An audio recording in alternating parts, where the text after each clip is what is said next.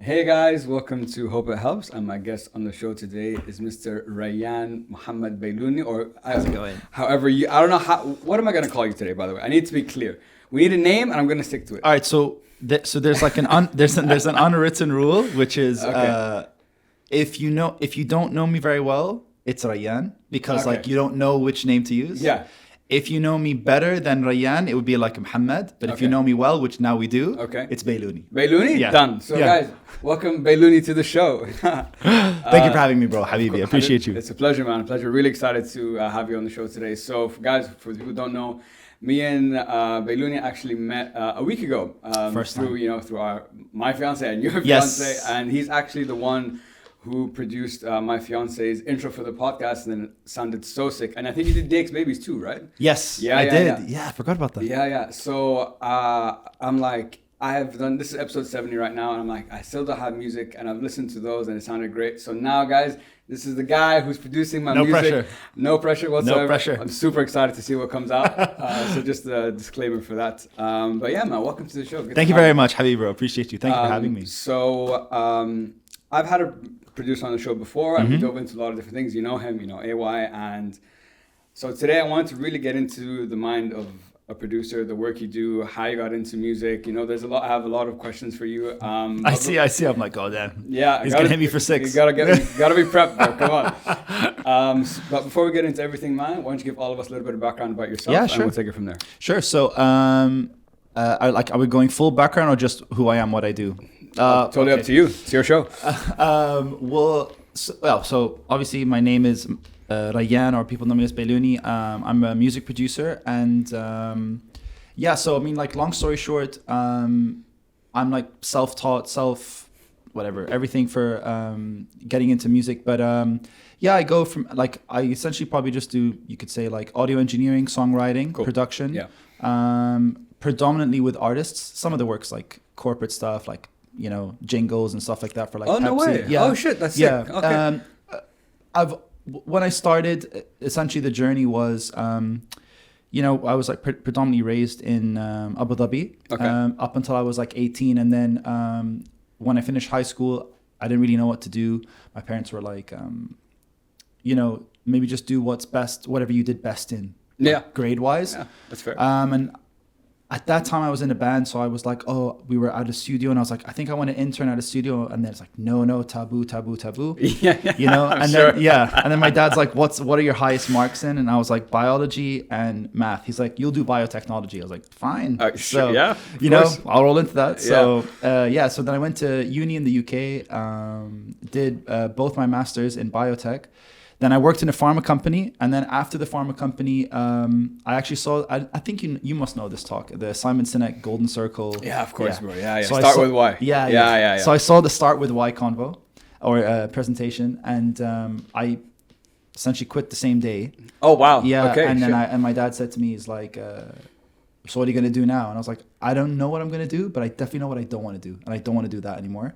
Fair. And then it took me about a year. I came back to Dubai to visit, and then I found out about like the free zone stuff and whatever, starting your own company. And then I'm like, I think I'm going to do like music production. And I was obviously nowhere near as good as I am today. But at the time I was like, I think people might pay for this stuff. I don't know what it's like. Okay. And then that was in 2015. Yeah. And then, 6 years later, still batting. Yeah. So Here we are. that's essentially That's awesome, man. Okay. Because when I was doing my research, and I was looking at like your background and stuff, and it's like pharmacy, biotech. Yeah. And now as a producer, I'm like, what the fuck happened? Like, Yeah. how did it get? I'm still figuring it out. Like, how did that transition even Yeah. come? Okay, now it makes a lot of sense. But did you always was music always something that you loved? Was it like in your mind, if your parents from the beginning said, "Yo, you know, you can go do music," would you have gone and done that? Or so music has always been. Yeah, because I was in a there. band. Because I was in a band. I started my own like little like rock band in high school. I think I would say like the first time was like 14, 15. It was Okay. like the whole like, you know, when MTV was at its prime. Yeah, And you saw yeah. like the Nickelbacks, Avril Lavigne's, Sure. Blink 182. So, so I tried to do music, and that's when I started learning how to play guitar. So trying to do the whole band thing. When I got to 18, I was like, I had just figured out what studio life was like for like Okay. maybe 6 months, because Sure. we're like, oh, we'll record in a studio. And I was like, obviously it's like looking at a spaceship. You're just like, how does all of this work? Yeah. And then that's when the whole like you have to go to uni and travel somewhere or not. I think when I look back at it now though, like I think I held a little bit of resentment against my parents for it. I'm sure. Yeah, I but can get that. now I think now that I'm older, I think I probably would have done the same thing, like in terms of what they told me. That's Sure. something I would Yeah, have done. yeah. Just because I'm like, I get like, especially in the Arab culture, it being taboo. It's like when I looked into it a lot more, I was like, I get why people say like, for example, jobs like engineering, being a lawyer, being a teacher, whatever, are like, I get it because I'm like, if you were to start a society or a city on an island, slate. you Yeah. need those. You 100%. can't start with artists. Yeah, I get that. But then I'm like, but I'm not in a blank state. I'm in Dubai, so Yeah, like, yeah. it now qualifies. You Yeah, know, yeah, yeah. next is like influencer, artist. Like For so. sure. Yeah, but I mean that's how I got into it. So I'm like, I think music's always been there for me. Like, and then there was like a weird like in that space when I was doing the medical stuff.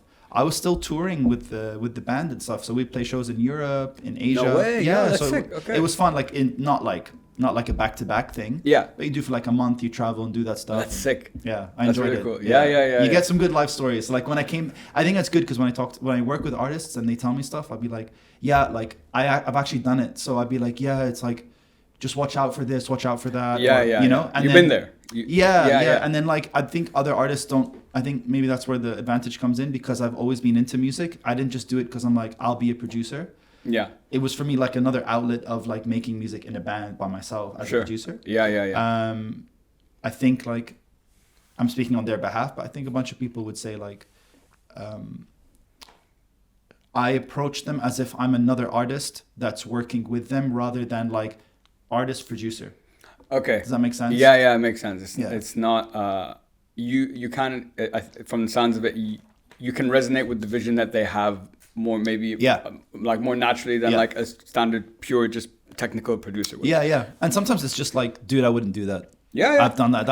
Trust me, it's going to be so bad. Yeah. And then there's a point where you feel like a parent and you're like, they have to do this. Yeah. They have to get this out of their system. Yeah, they need to figure it out. And then they come back to like, why didn't you tell me this, man? And I'm like, now I'm my dad. At like 18. Bro.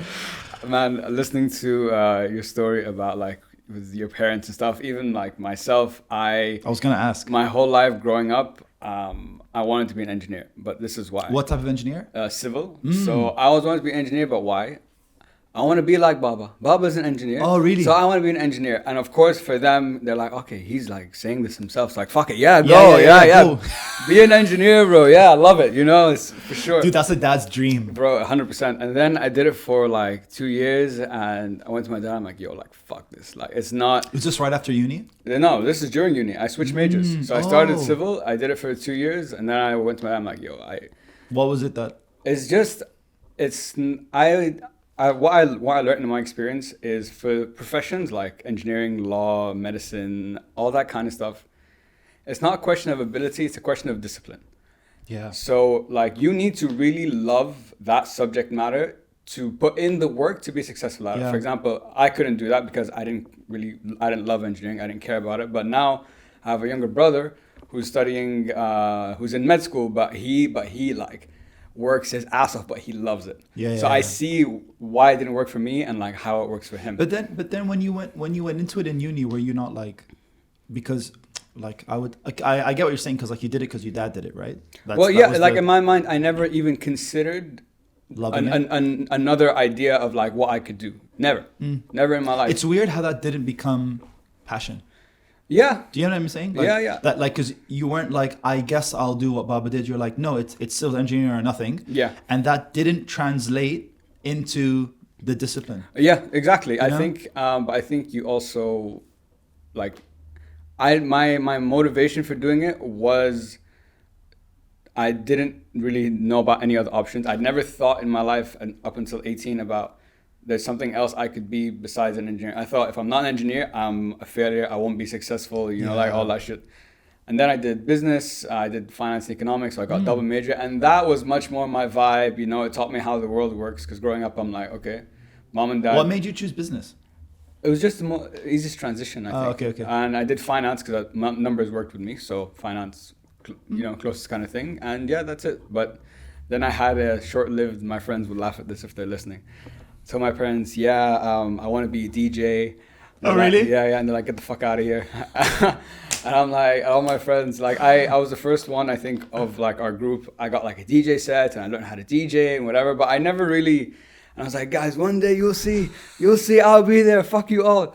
And here I am now, bro, like nothing happened with it, but everyone still calls me by my name. Do you still have the set? What? Yeah, I still have it in my room. Yeah. It's a set that I can use. Do you now, do though. this at like 12 o'clock at night and you're like... No, just like sneaking behind.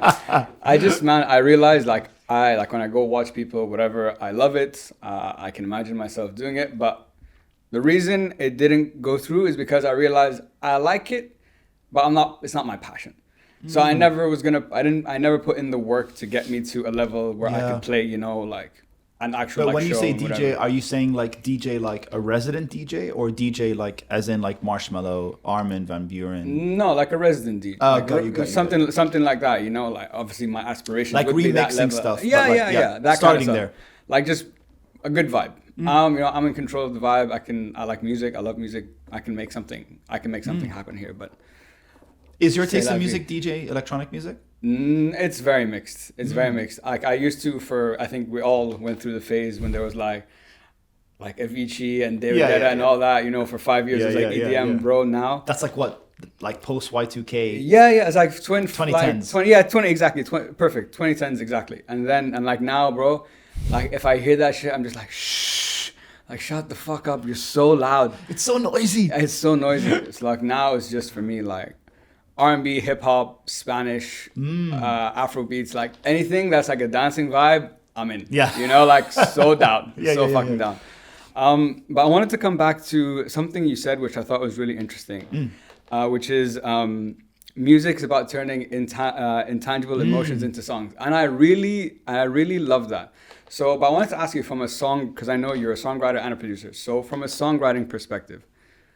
2 questions. Number 1, what's your process kind of look like? Like, how do you think about it when you're coming to write a song? And does it always, does it start from emotion and then you kind of make the song? You're like, this is the emotion that I want to create? Or is it like, as you're making the song, you're going through your process, an emotion comes up that you feel resonates with the song or that you like? Oh, great question. To be honest, I never really thought about it too much about which one happens more or first. Sure. But I would say that it probably, yeah. Okay, so I'm thinking about both happen a lot. I'm sure. Yeah. I think there are situations where like you'd make the music first, and the music has a certain, that's just like a texture to it. And it's very primal, like it's very like this makes me feel sad. Okay. Or this like okay. Yeah. And then there are situations where you already kind of have maybe like a theme in mind, and then you're sort of curating the music for that. But I would say the first one is more maybe common than the second one. Okay. Because I think sometimes like this whole thing about like contrasts, I'm really like big on contrast. Like I think it's a bit cheesy when it's like it's a sad beat and it's sad lyrics with it, and it's like I kind of feel like that's more branding. Like you know what I mean? Interesting. Like, that's something I would do for an ad. Okay. If that makes sense. Yeah. Because Selda, my fiance, she explained this the best. Like this is probably the best way to go. Like how I go about songwriting is we were driving down Lwassel Road and there was a Carrefour. I know I always say that wrong. Everyone laughs at me. I know it's Carrefour. Yeah, yes. Carrefour. It's from my mom. And we saw an ad, like a poster, and it was a carrot. It was just like an animated carrot, and it's outline of a carrot. Okay. And I was like, that is such a terrible poster. And she's like, you don't like that design? And I was like, it's the sketch of a carrot. Like, what is it to like? Yeah. And she's like, I think it's a great design. And I'm like, what? She's like, as a design, yeah. And it sort of struck me, like internally, I was like, design, artwork, and art. And I was like, I actually don't know the difference. So when she's like, are you talking about it like as artwork or like as art, or are you talking about it as a design? And I'm like, what's the difference? Yeah. Because I feel the difference, but I don't know the difference by definition. Got you, yeah. And she's like, so a design is when you have a certain message to convey, and that design basically says exactly what you're trying to say. Okay. So there is no room for interpretation. Okay, so it's based like, this is what we want, like this design matches We sell exactly, chairs, it's a exactly chair. that. Gotcha. Done. Okay, yeah. She's like, art is the opposite. It's where it's only about interpretation. Actually, So that really changed, that sort of explained everything about just the way I even try to write with people. I'm like, I don't want you to tell me what it is. I want you to tell me what it is without saying what it is. So like a really like mundane example would be like, actually probably the best way to say it is like, if it's something that someone who doesn't write a song could say, it's probably not a good song. If that makes sense. Interesting. Okay. You know, like, could you explain that a little bit more? Yeah. But I kind of get what you mean, but could you Yeah, just like walk if us you're through going to that? tell someone, for example, like, I love you, it takes no effort to say that, because anyone in the world can say that. And I don't think people resonate with it because it's not really special. If you heard in the song, I really, really love you. It's like, well, I see what you mean. my mom could have written that. Yeah, you know? yeah. But then if you kind of go like, how could I explain that I love someone, but using the analogy of a door handle or whatever? And suddenly it is about interpretation, because it's like, am I talking about this? Did he mean it this way? Whatever. Okay. I mean, very bad example for a door handle, but like, you know, like, and I think the best songs have that, and it helps with the theme and whatever. But like, I saw a video of Sia. She does something very similar. And she said when she writes songs, she's with like a songwriter, a pianist. And he'll just start playing stuff, and she picks out stuff in the room to sing about, which is where Chandelier came from. Oh, really? From the shit. chandelier. Oh, She's no like, way. Chandelier, you got me hanging here like a chandelier. And then like, right? And then it's like hanging, and then she works off of it. But the concept was when someone doesn't reciprocate feelings, so you're left wondering, do they or do they not? So you got me hanging here like a chandelier or whatever, you know? Yeah. So that's the part of songwriting I enjoy the most. Like, and it's also good because when you tell people that, you're like, that's not a good line. And some people take it in a design sense. It's like, but that's what it is. I'm like, once you say that, there's nothing left to say. Yeah, it's literally like, it is what it is. Yeah. Yeah. Like Yeah, if I wrote a song and I told you like, oh, the song is called da da da da, and the first lyric is I love you, and you're like, cool, what's the song about? It's about how much I love someone. It's like, what's the next line?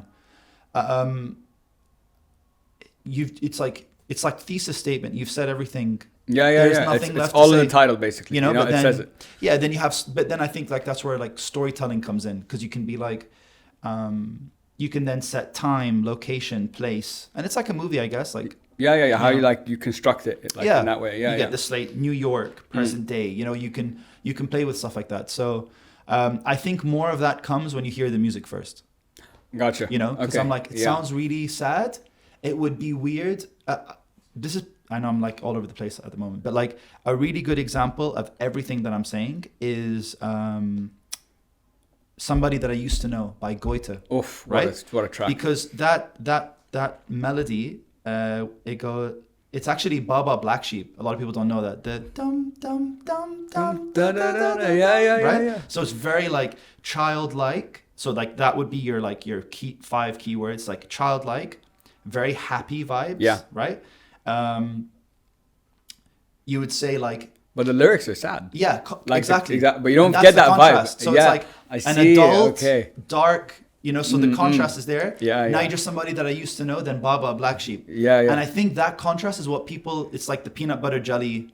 Gotcha. They like that, you know, sweet and sour. Sweet and sour, No one's going to be like, dude, you know what this cheesecake really needs is like another cheesecake. Like no one, you know, and someone's like. Something to cut through that shit. Yeah, exactly. Yeah. You know? I got you. Yeah, so I think when I was talking about the intangibles, that's what I meant. Like, it's about like, how do you turn a story, how do you make something that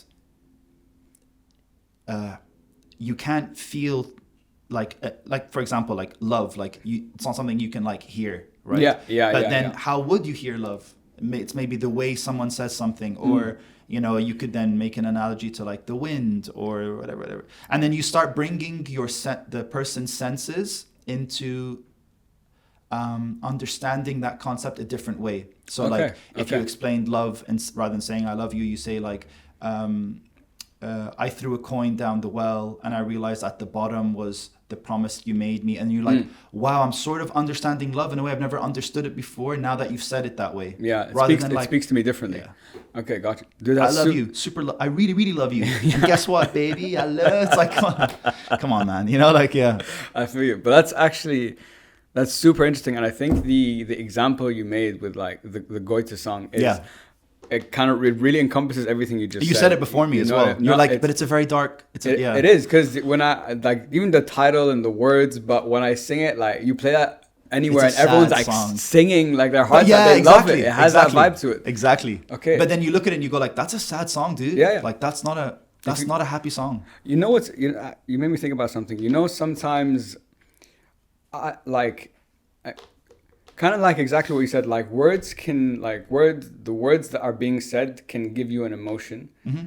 But it's from my perspective, and for using the Goethe example, it seems like the beat, no matter what the context of the words are and the feeling you're trying to give out, the beat will always reign king.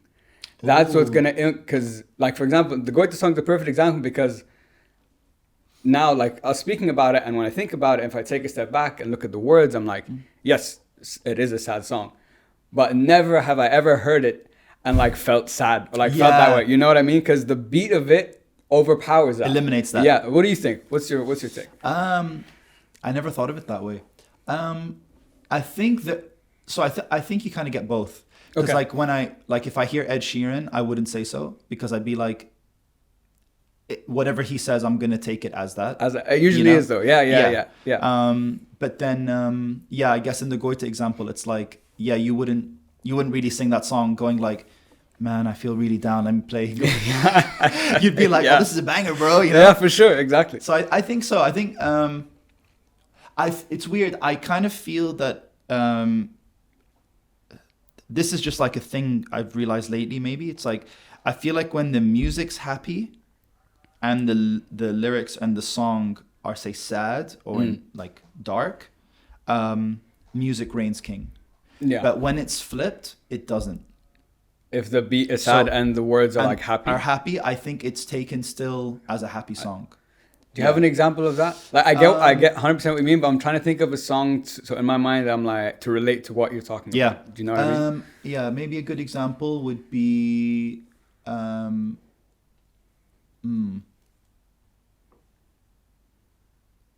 I have an example like the Goethe one, not the. I was going to say there's like Rolling in the Deep, Adele. Like again, there you go. Super sad song, yeah. Yeah. I think the flip would be like, to be like extreme, maybe even just like maybe like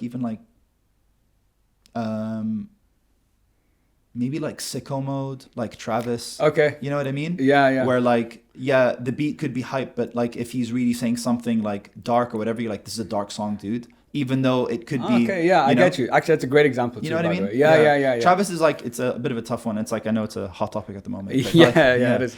But like, I think maybe like songs like that. And it's also genre specific as well. 100%. You know?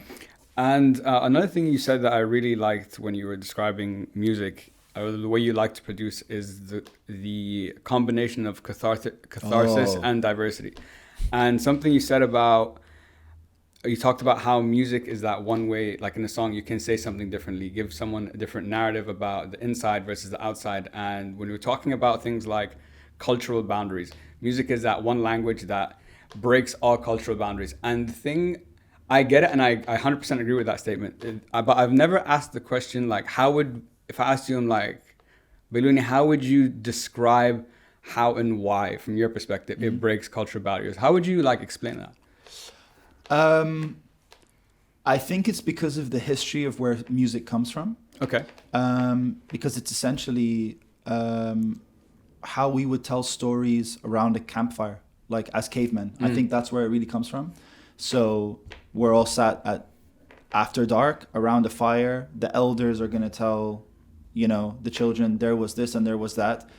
Sometimes they have to make it fun to remember, and then there's like tails, and then there'll be a certain beat behind that, and I think that's just evolved to the point where like, me and you could hear Despacito, and we don't understand the word, but we know what we have to do. Oh yeah. You know what I mean? Yeah, 100%. There's a bunch, even like Rosalia is very similar as well. Like there's a bunch of artists like that, and I think it's also the flip because I try to ask people that don't understand English about English music because they don't know what English music is saying. You know, I've never thought of that actually. Yeah.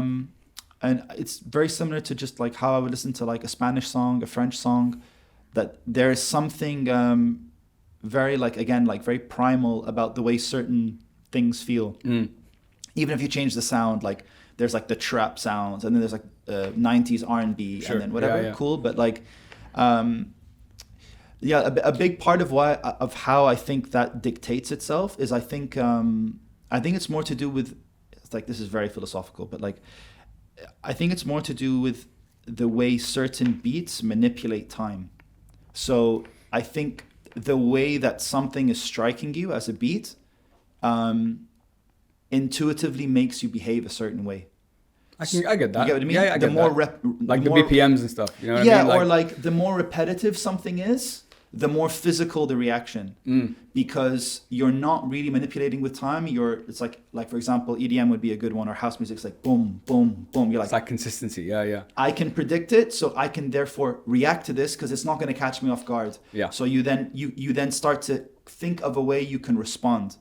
But then with like R&B music, or with like maybe let's say like Spanish music and jazz, you can't dance because it will catch you off guard. Yeah. Or the beat there's is like maybe, off beats and stuff. Yeah, exactly. There's a lot of pocket, and so you're actually waiting for the person to sing. So it's more of a idle state where you're listening, and you're like, and you vibe. Yeah. But I just think it's like very primal. Like you hear a certain beat, and your body just goes.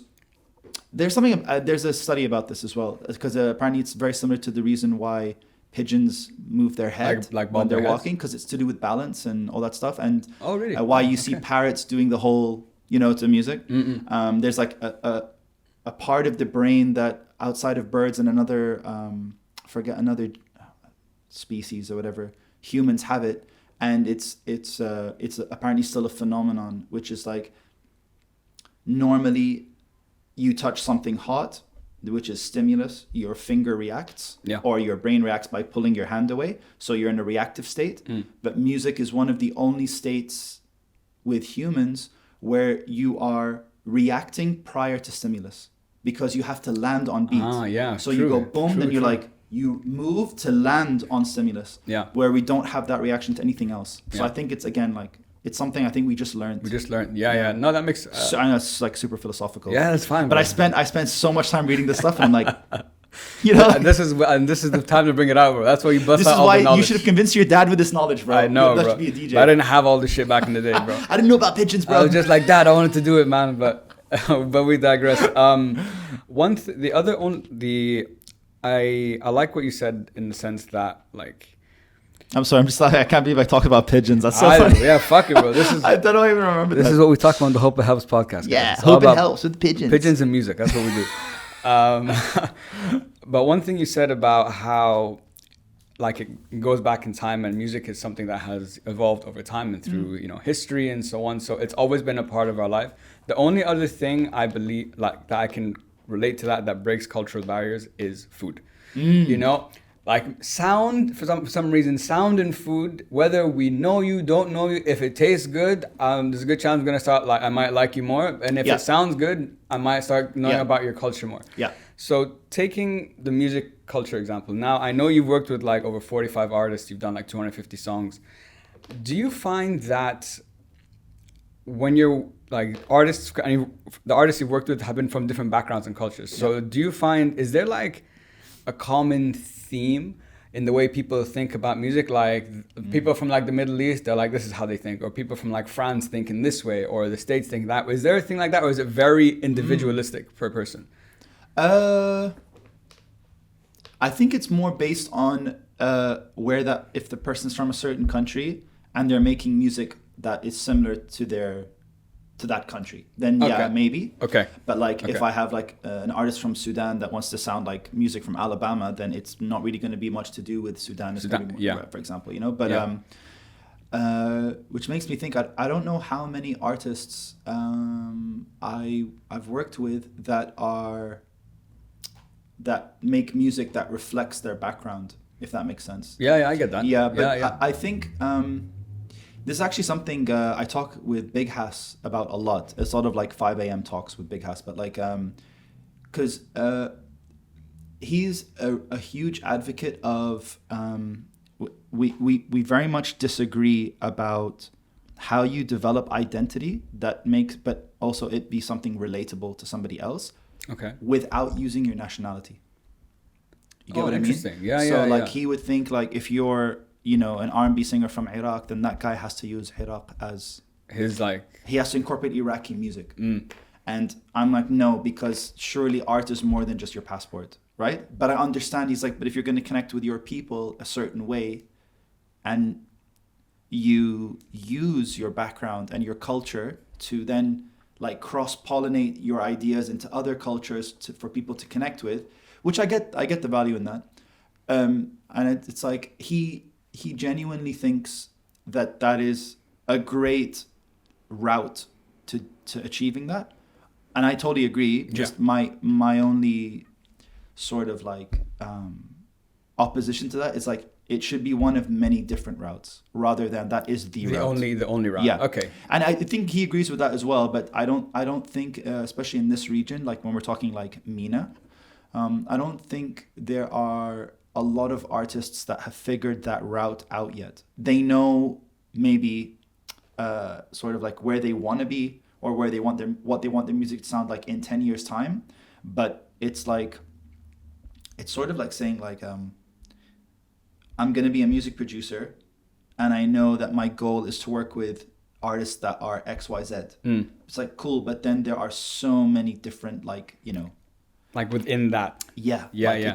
It's a maze to get there, and you may change, but like when it comes to identity, like if identity is the end goal, yeah, I think that a lot of artists that have come through, like not a lot of them are like, for example, like I'm from Sudan, I want to make Sudanese music. Yeah. Yeah. But there's a lot of examples of like, for example, an artist who's Sudanese that makes Sudanese infused music and has done really well, you know? So yeah, I don't know. It's a hard one, and I think I find that hard to answer as well because I'm not one culture or another because Yeah, of course. my mixed background. Yeah, of course. But I experience it, especially when I'm doing Arabic music. That's the one where I experience it the most because I feel like Arabic music's very much stuck in a bubble, if you know what I mean. Songwriting wise, for sure, I'm a huge like critic of Arabic music in general, modern Arabic music. Yeah. But like a lot of the time, like I kind of feel like it's not super open to trying new things. There's like a format that this is how like this is what it kind of should sound like. Yeah. And I think a lot more emphasis is put on the singer to do something different than the music, if that makes sense. Yeah, I can see If that. you remove like, I don't know, some modern day guys, but like for example, if you remove Nancy Ajram from a Nancy Ajram song, it could be a song for anybody else. Yeah. You know what I mean? True. Yeah. Rather than if you took Travis Scott off you're like, this sounds like a Travis. They have their sound. It's not their voice. It's their sound. Like, yeah, this is and what I think expect. that makes the world. And then that world can connect with another world, and that could be in Indonesia, wherever it is. Yeah. But I think that's what makes it hard for like a lot of Arabic music to like break out. And I feel that because obviously with my mixed background, when I hear a certain type of Arabic song, I'm like, you know, and I feel like that with sometimes English music. So if I hear an Arabic song and I go like, oh, that's so cool, I'm like, there's something there that has broken a certain rule because typically I respond to new Arabic songs in a certain way. Yeah. So there's something's being done different. Yeah, basically. exactly. Yeah, I feel you. I don't know if you feel like that about Arabic music, but like... Personally, I'm not the biggest Arabic music fan. It's just not my kind of thing. Obviously, there's a couple of hit songs that, you know, like if it's played, like, I'll jump around, I'll have a good time, I'll go nuts. But it just it's never resonated. Never resonated with me. Like if I'm gonna look at culturally, what music resonates with me the most is for sure Spanish music. Really? Like reggaeton, bro. Oh, reggaeton, and it's funny when you were talking about Arabic, I was thinking about reggaeton because reggaeton, the genre is this big, but the sound is literally this. Yeah. Yeah, and then throw whatever the fuck you want on top of it. You know what I mean? That's reggaeton. You know when I hear Or that, if it's a reggaeton battle. yeah, exactly. Yeah, it's like that. So when I hear that, I'm like, yeah, okay, reggaeton. I don't know, just something about that kind of music. Maybe it's the language. Maybe I don't know what it is, but that resonates with me a lot. I think, yeah. Again, getting super philosophical, but like I think that also has to do with the fact that like it's predominantly African music, right? That's the origin of where it comes from. And I think obviously because when you go pre-Islamic, first Islamic dynasty, you're talking about an era in time where the Middle East and Africa were just crossing over each other, right? That like intersection. Yeah, because like for example, like Saudi Arabia, like historically in terms of like race, they prior to it being Saudi Arabia, it's essentially a combination of people coming from the sort of Egypt, Palestine with Somalia and Ethiopia. And then you have that's why you get a lot of people in the Middle East. It's like vary in race so much. Yeah, of course. Yeah, even absolutely. features and stuff. Yeah, for sure. So I think somewhere along that way, it must have happened with music, and which is why a lot of like Arabic music has a lot of like reggaeton or that like kind of dance hall backbeat to it. Exactly. You know what I mean? Yeah, I feel a lot of pocket, a lot of like, you know. So I know I sort of just called you like you're the typical Arab that likes African music. Yeah, that's fine. That's fine with me, bro. I don't give a shit. Like, I fucking love it. It doesn't affect me at all. I'll take it, bro. Yeah, anytime. And so so culturally working with different people, like the struggle seems to be between identity and sound, and how do you what's the right route to create that identity for yourself that will resonate with the people from your culture and with others. But when it comes to like more of the not the technical side, the human side of working with like people. So I'm sure when you first started out compared to where you are now, you must, number one, work with, there's people now that you worked with before that you might definitely would say no to now. Oh. You know, there's probably people now that like, because when everything we talked about today about like design, idea, like the interpretation of art, identity, all these kind of things. So if I come to him like, Bailouni, yo bro, like, I want to like make an album. Fine. Okay. Then we pick the type of music. Fine. Okay. Then it's like, then there's three factors that come into my mind that are challenging. Number one, it's my vision as the artist, what I want it to be. Number one, it's your vision as a producer, how you think it should be. And number three is, how are we going to come to a consensus that we're both happy with, that's going to hit the audience that we want to hit. So there's so many different things going in the air. So what's the biggest challenge, I guess, when you're working with someone? Because I'm sure it's when anything creative, although it's a collaboration, unless you guys really see things the same way, then yeah, it's smooth sailing. But a lot of the times, art and music and all is a very personal thing. So I can imagine there's some like conflicts or just different points of view. So what's the biggest challenge for you these days?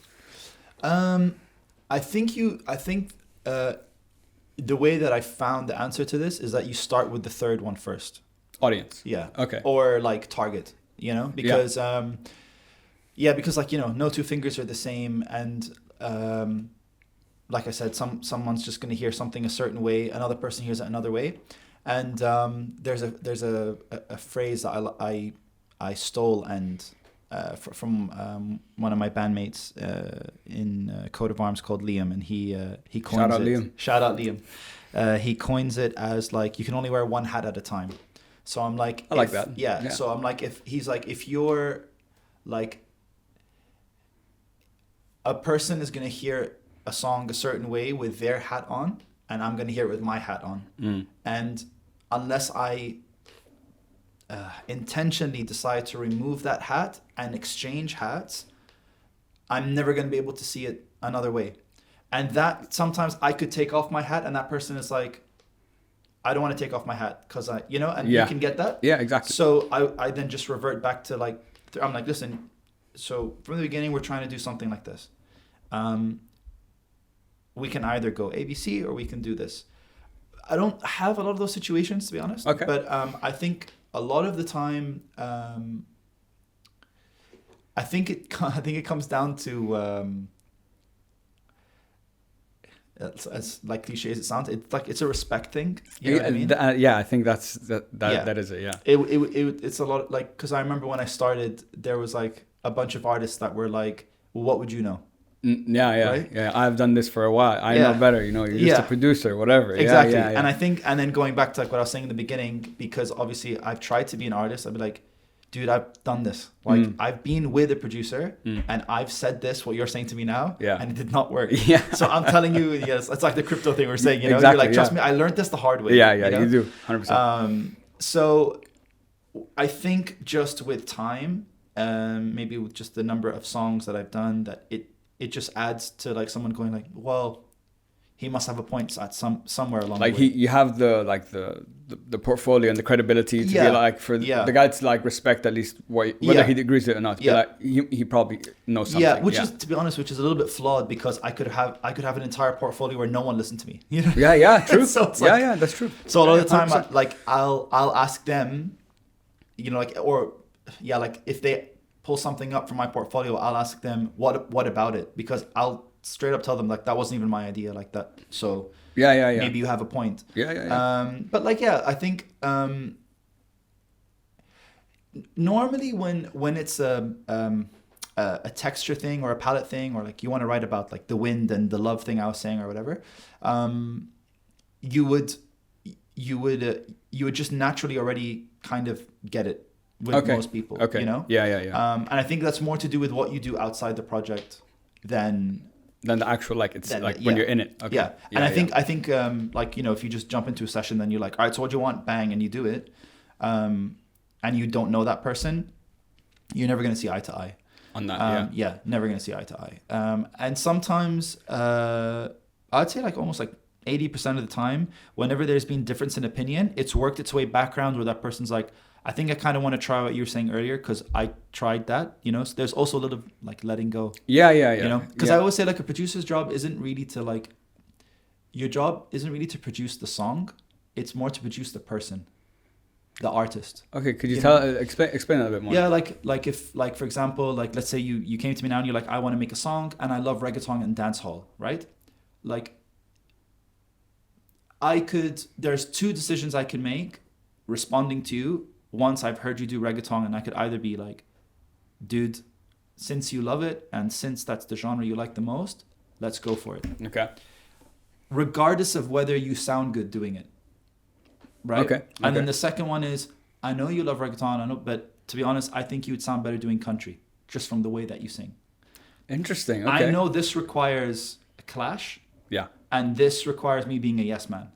If in both situations you don't sound good doing it. Yeah. So typically what I do is like, I'll say, listen, let's do the dance hall, but side note, I think you'd actually sound good doing country, and if one day you want to try it, let's try it whenever you're down. So I'm not stepping in the way of them doing what they want to do, but at the same time I'm like, keep that door open, by the way, because maybe later.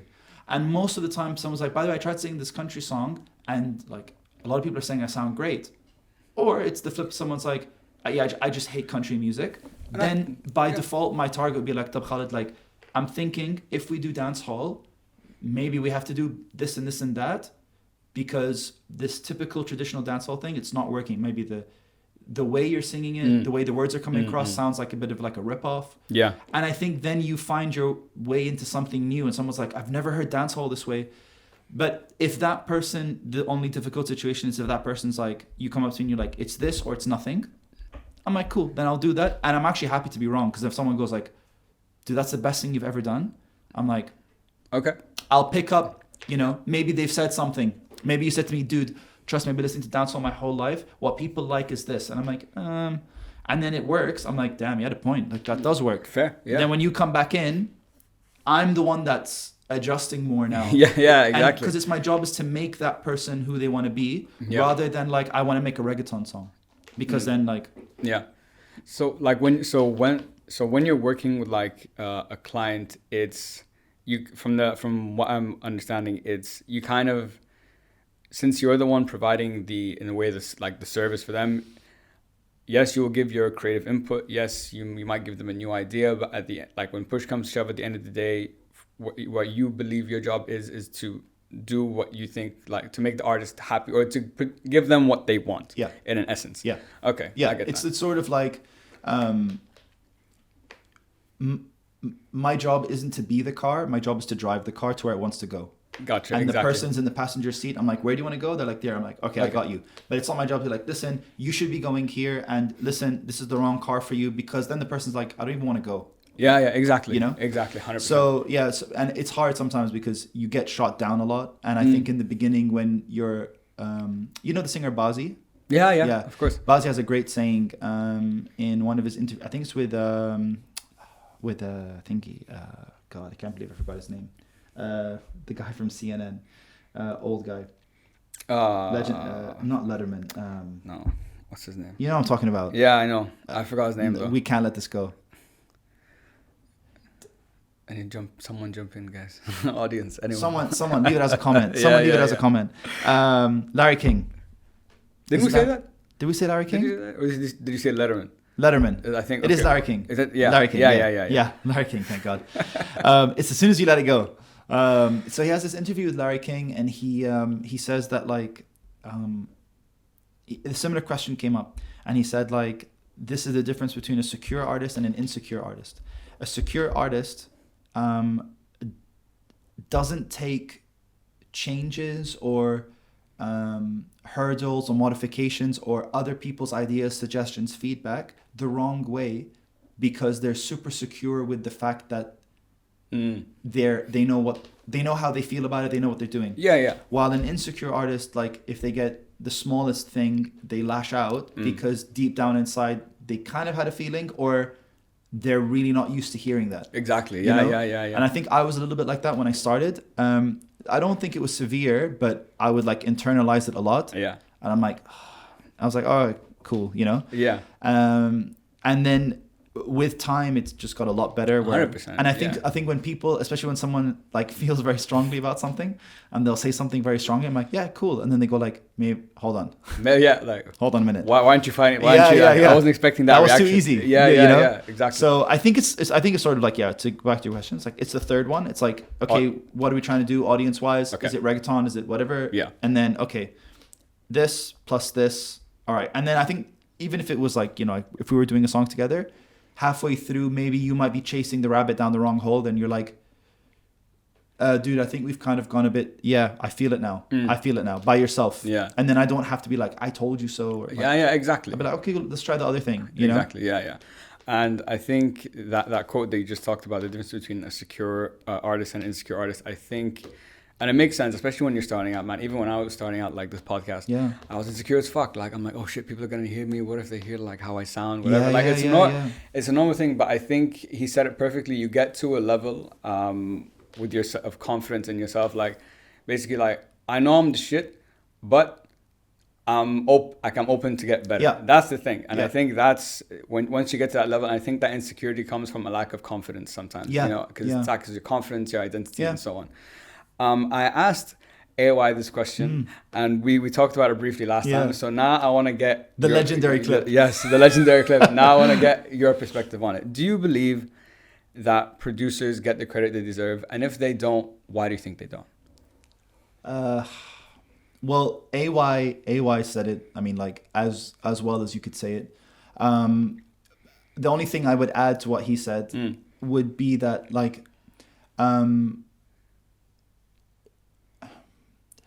I think that it's sort of like,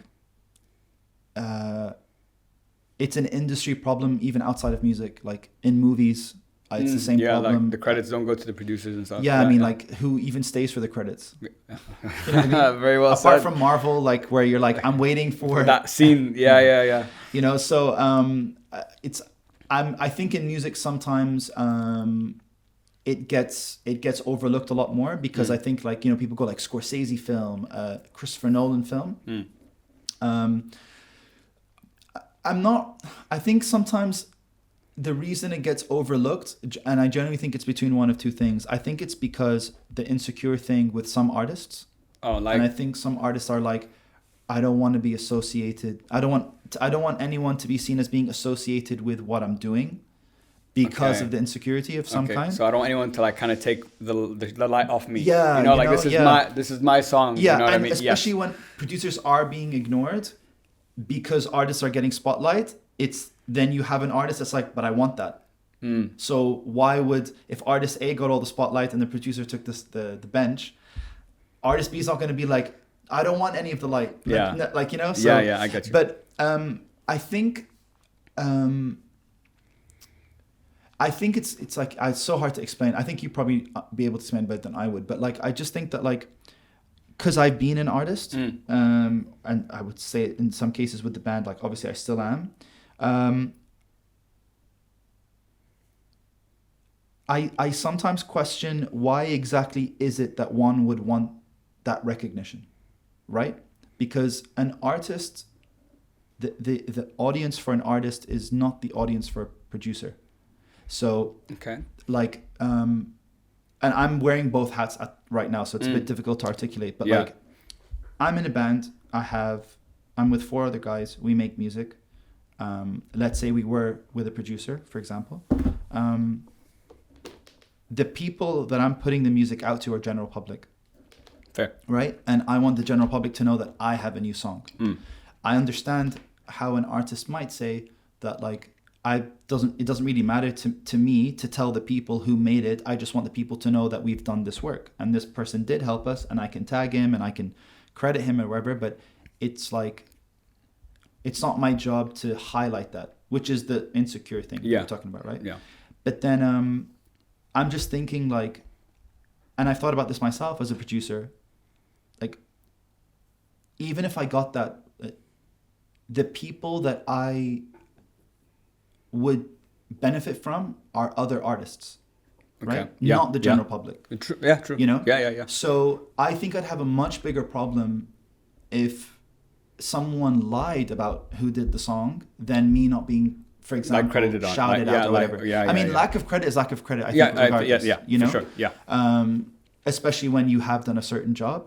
But I think, especially like the whole like, you know, if I'm an artist, I'm like, shout out to blah blah blah who produced it, whatever. Like, okay, cool, that's extra. And sometimes I just try to check myself and I go like, even if they did shout about it, I don't think anyone would really care, like, because it's general public, so they're just like, cool. I mean, I'm not listening to him, I'm listening to you. Yeah, right? yeah. And I get that. Yeah, I get that.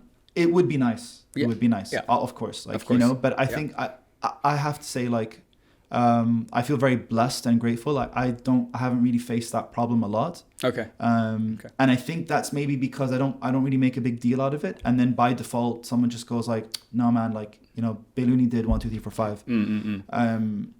And there are some occasions where I've had people not credit me at all. And like it's happened, I could say probably like A and B is like when it happened earlier in my career, I took it the wrong way. And now, and it's happened like very recently where I haven't been credited on something, but that person is like, dude, the song's done so well, I need to come back and I want to do more and whatever. So in my mind, I'm like, well, like it didn't really hurt me apart from maybe if they like know some more exposure kind of thing. Yeah, if they know other artists and whatever. But Got then you. at the end of the day, it's very possible that person could just go up to them and say like, hey man, you know who did that song? They're like, Bailouni. So it's done. Got you. So I'm not saying it excuses it. Yeah, no, of course. Yeah, but I think like, I mean, like, you know, who produced, I don't know, who produced, let's just find like a really popular movie, like who produced the Titanic? Like, I have no idea. I know who directed it, but it's like, I don't know who produced it. No, you know, neither do I. who produced Man of Steel, who produced The Dark Knight, and it's like, there are names that you probably don't know even in film. You know, Yeah, so exactly. yeah. I think you explained it like building on what AY said. I think the way you talked about it is the key distinction. Yeah, regardless, we agree. It should be done. Yeah, it should be done. I think everyone should get the credit they Yeah, deserve. for sure. The validation is even for this. Even like in your case when you're like, although like, if you get that, what more do I get from it? Maybe a little bit more exposure, whatever. But your win is that that artist now wants to come back and work with you, and that opens your audience. Your audience is artists, and artist audience is General public. General public. Okay. Yeah. I was going to say audience again. I was like, how are we going to do that? Thank you. So I think having that clear distinction is, if someone's a producer, would like help you a lot. Obviously, if you still don't get shout out, it sucks. You know, anyone in the world, we don't get validation for the hard work you put in to make someone else successful. Yeah. It's a shitty feeling, but you know, it is what it is. I think, just to add to that, I think it's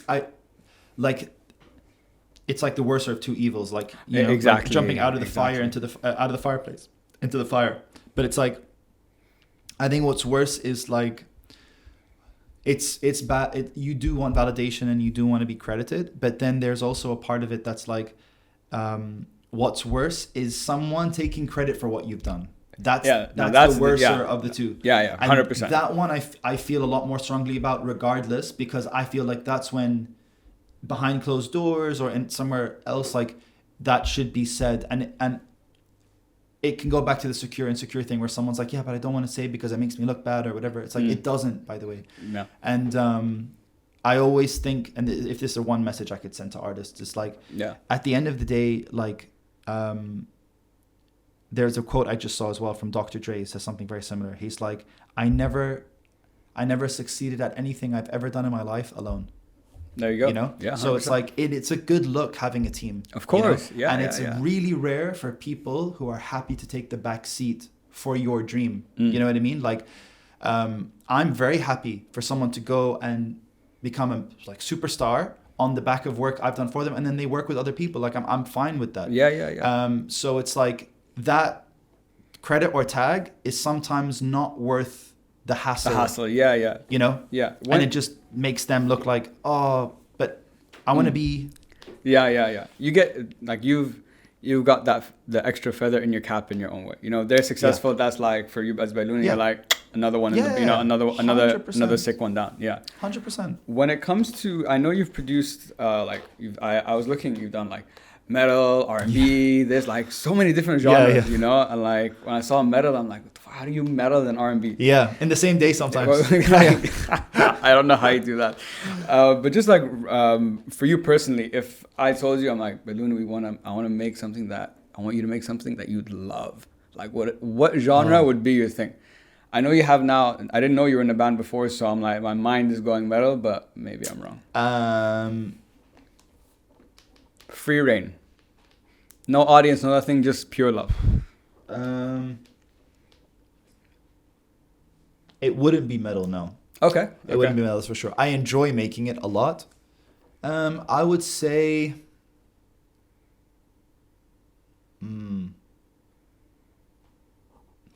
there's like a weird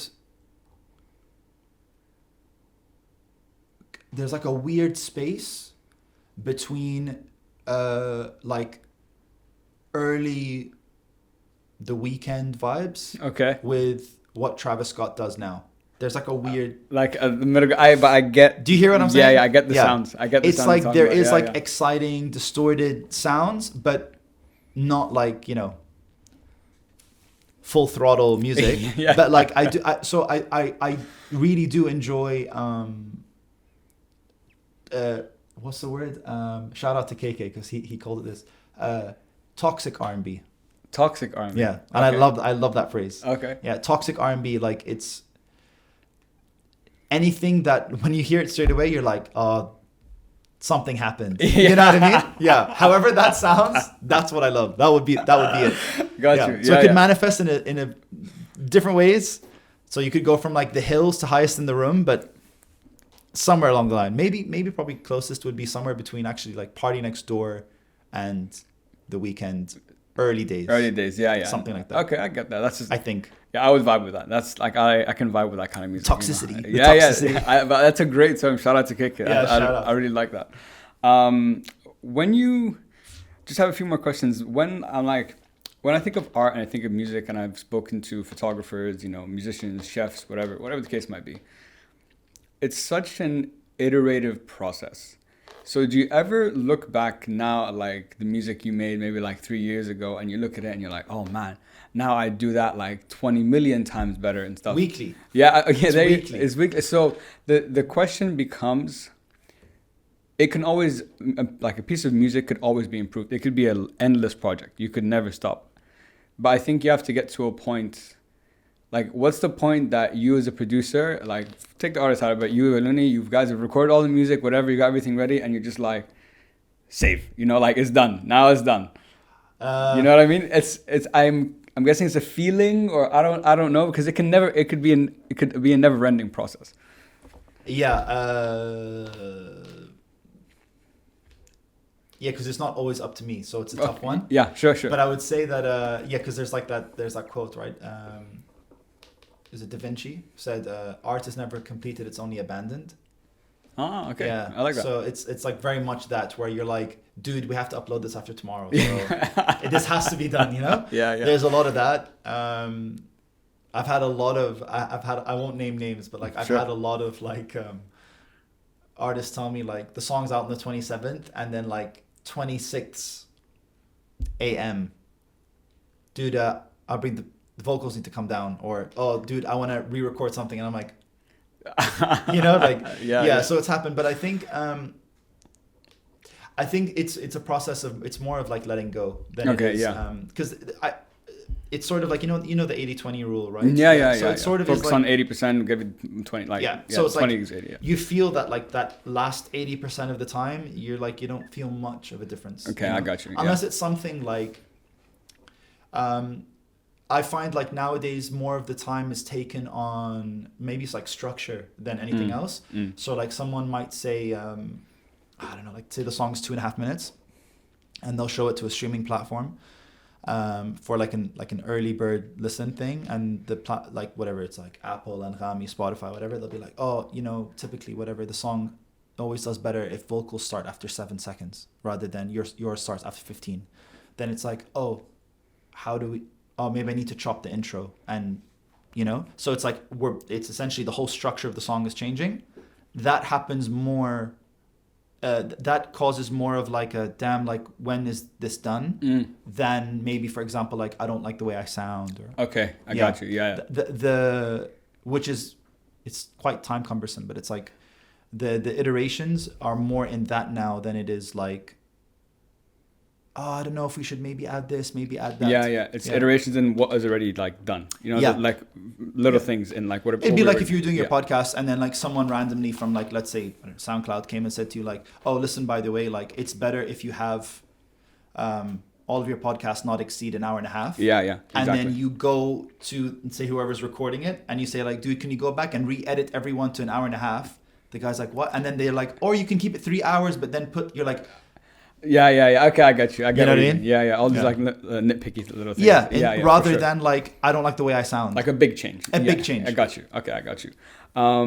So I just have 3 more questions for you, Bailouni. And you actually brought up something now that I've actually never asked someone, and I don't even know about. So how does it work when it comes to like the streaming platforms, for example? Like, how does that marriage work between artists and the streaming platforms? Because for my podcast, for example, I just have to make an account and upload, but it's a podcast. Is it the same? I feel with music, it's a little bit different. Or is it not? Is it exactly the same thing? You just upload and it's for free and like whatever. You know what I mean? Like, I don't know how that works. No, I mean, like, it's almost the same. I mean, like, okay. You can do it for like $10 and you can put your song out everywhere. I think the sort of like maybe the tension between like putting out a song and it going somewhere, I would say is that like with podcasts, you would know a lot more about this than I would, but because like it's long format, it doesn't require like once you're in and then you leave when you want. And I feel like with music you could hear a Rosalia song, for example, and then you want something now to match that every 5 minutes. Yeah, I got you. Yeah. I think that's where the power of playlists come in. So then, because people are automatically, by default, looking for a different, snack every 5 minutes, that the sort of power falls onto the playlist, and then the playlists, then where you get placed dictates how well you're gonna do. Okay. And then the order of it, for example, because someone is not gonna digest 3 hours of music nonstop. Yeah, yeah. You're unless gonna, it's at a party. yeah, you're gonna jump in and out. You Yeah. know, see what you like, see what you don't like, Yeah. and yeah. And then a lot of like, I think a lot of artists struggle with, because the problem, and I don't think you'd. Oh, sure. I think the problem that you'd have with artists and artists and playlists is that me and you could do that reggaeton song we were talking about, but Yeah. maybe you're like, dude, how crazy would it be if I sing something like a little bit country over a reggaeton beat, right? And you do this really unique thing, it's whatever, and then it goes out on a platform, and then someone goes, what's the genre? And then you go reggaeton, they're like, but it doesn't sound like you sing reggaeton. Then you go like country, and they go like, that's a Doesn't sound reggaeton like that beat. either. Yeah. So you just get lost in no man's land. And then okay. that's when artists go like, should I now conform To for the playlists? okay. So yeah, you can get your music up for $10 and you can spend millions advertising something, but especially independently. But then you're like, but where do I fit in? Yeah. And I think long term, you realize a lot of people feel like I'm that weird kid at school again, but in Spotify or Apple. Yeah. I have to fit in some kind of bucket. Yeah, but then maybe like in the case with like Hope It Helps, like once you like one, you can literally just like, you will navigate your way through it. Yeah. You'll binge it yourself. Yeah. I get you. It makes it easier to binge when you have long format. Yeah, that's you know? true. Yeah, with I get short that. format, you might just get enough of that, and then you're like, maybe I feel like something else. Yeah. And then you start surfing. You know, unless the artist is like something like a Russ. Yeah, like someone like you genuinely like love. Russ is fantastic. Yeah, I love Russ, but Sick. like if you like one Russ song, you'll love every Russ song. Yeah, you get what I mean? Yeah, I get you. But if you're like, I don't know, if you're like, The Weeknd, and you hear like The Hills, and then you hear Blinding Lights, you're like, no, I don't like this. You know, so there's a much higher chance with most artists that you will not like maybe as much as the first song you heard. Yeah. No, I get that. That makes a lot of sense. Man, there's so many. Bro, hit me. I'm down. Like, this conversation has been fantastic. Like, I love music, and I don't often get to speak to people who produce it and stuff. So I take my little experience where I dabbled in and my understanding. So I like to bounce ideas off and get where your perspective is and stuff. So man, this has been so much fun. Just 2 more questions for you. Hit me. These are questions I ask all my guests. Oh, okay. All right. So if you looking back either at your personal life or your career, if I ask you the question, Bailouni, what are you most proud of? What would you say?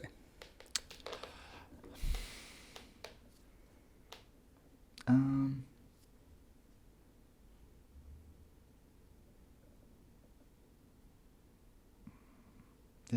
want to answer this well because I know I'll watch this back and be upset with myself.